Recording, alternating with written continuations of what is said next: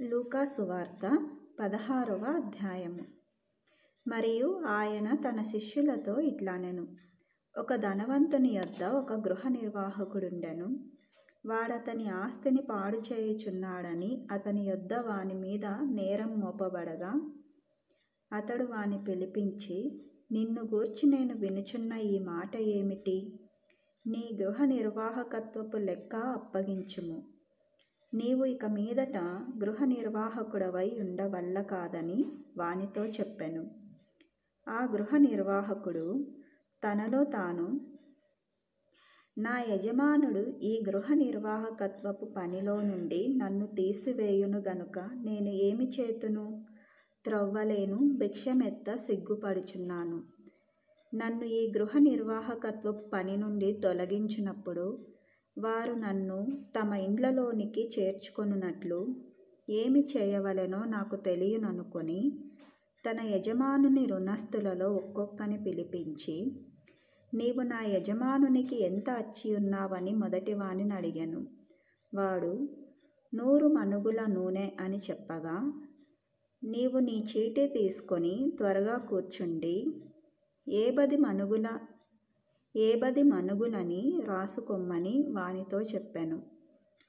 తరువాత వాడు, నీవు ఎంత అచ్చియున్నావని మరియొకని అడుగగా, వాడు 100 తూముల గోధుమలని చెప్పినప్పుడు వానితో, నీవు నీ చీటీ తీసుకొని 80 తూములని రాసుకొమ్మని చెప్పెను.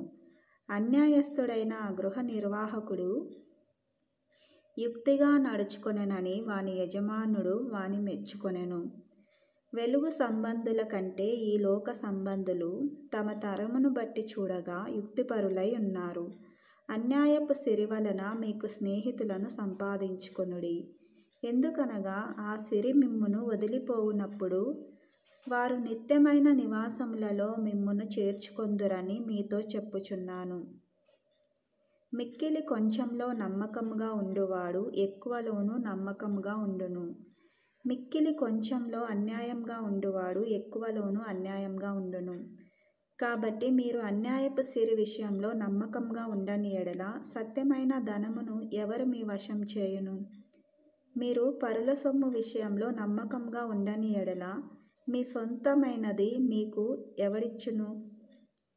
ఏ సేవకుడును 2 యజమానులను సేవింపలేడు. వాడు ఒకని ద్వేషించి ఒకని ప్రేమించును, లేదా ఒకని అనుసరించి ఒకని తృణీకరించును. మీరు దేవునిని సిరిని సేవింపలేరని చెప్పెను. ధనాపేక్ష గల పరిసయ్యులు ఈ మాటలన్నీయు విని ఆయనను అపహసించుచుండగా ఆయన, మీరు మనుషుల ఎదుట నీతిమంతులని అనిపించుకొనువారు, కానీ దేవుడు మీ హృదయములను ఎరుగును. మనుషులలో ఘనముగా ఎంచబడినది దేవుని దృష్టికి అసహ్యము. యోహాను కాలం వరకు ధర్మశాస్త్రమును ప్రవక్తలును ఉండిరి. అప్పటి నుండి దేవుని రాజ్య సువార్త ప్రకటింపబడుచున్నది. ప్రతి వాడును ఆ రాజ్యంలో బలవంతముగా చొరబడుచున్నాడు. ధర్మశాస్త్రములో ఒక పొల్లైనను తప్పిపోవుట కంటే ఆకాశమును భూమియు గతించిపోవుట సులభము. తన భార్యను విడనాడి మరియొకతను వివాహం చేసుకొను ప్రతివాడు వ్యభిచరించుచున్నాడు. భర్తను విడిచిన దానిని వివాహం చేసుకొనువాడు వ్యభిచరించుచున్నాడు. ధనవంతుడొకడుండెను. అతడు ఊదారంగు బట్టలును సన్నపునార వస్త్రములను ధరించుకొని ప్రతిదినము బహుగా సుఖపడుచుండువాడు. లాజరును ఒక దరిద్రుడుండెను. వాడు కురుపులతో నిండిన వాడై ధనవంతుని ఇంటి వాకిట పడియుండి అతని బల్ల మీద నుండి పడు రొట్టె ముక్కలతో ఆకలి తీర్చుకొనగోరెను. అంతేకాక కుక్కలు వచ్చి వాని కురుపులు నాకెను. ఆ దరిద్రుడు చనిపోయి దేవదూతల చేత అబ్రహాము రొమ్మున ఆనుకొనుటకు కొనిపోబడెను. ధనవంతుడు కూడా చనిపోయి పాతిపెట్టబడెను. అప్పుడతడు పాతాళంలో బాధపడుచు కన్నులెత్తి దూరం నుండి అబ్రహామును అతని రొమ్మున ఆనుకొని ఉన్న లాజరును చూచి, తండ్రివైన అబ్రహామా, నా యందు కనికరపడి తన వ్రేలి కొనను నీళ్లలో ముంచి నా నాలుకను చల్లార్చుటకు లాజరును పంపుము. నేను ఈ అగ్ని జ్వాలలో యాతన పడుచున్నానని కేకలు వేసి చెప్పాను. అందుకు అబ్రహాము, కుమారుడా, నీవు నీ జీవిత కాలమందు నీకిష్టమైనట్టు సుఖము అనుభవించితివి, అలాగుననే లాజరు కష్టం అనుభవించనని జ్ఞాపకం చేసుకొనుము. ఇప్పుడైతే వాడు ఇక్కడ నెమ్మది పొందుచున్నాడు, నీవు యాతన పడుచున్నావు.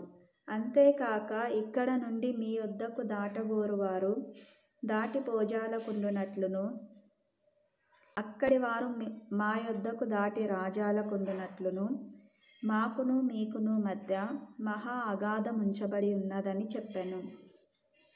అప్పుడు అతడు, తండ్రి, అలాగైతే నాకు 5 సహోదరులున్నారు. వారును ఈ వేదనకరమైన స్థలమునకు రాకుండా వారికి సాక్ష్యం ఇచ్చుటకై నా తండ్రి ఇంటికి వాని పంపవలెనని నిన్ను వేడుకొనుచున్నానెను. అందుకు అబ్రహాము, వారి యొద్ద మోషేయు ప్రవక్తలును ఉన్నారు, వారి మాటలు వినవలెనని అతనితో చెప్పగా, అతడు, తండ్రివైన అబ్రహామా, అలాగు అనవద్దు. మృతులలో నుండి ఒకడు వారి యొద్దకు వెళ్ళిన ఎడల వారు మారు మనసు పొందుదురని చెప్పాను.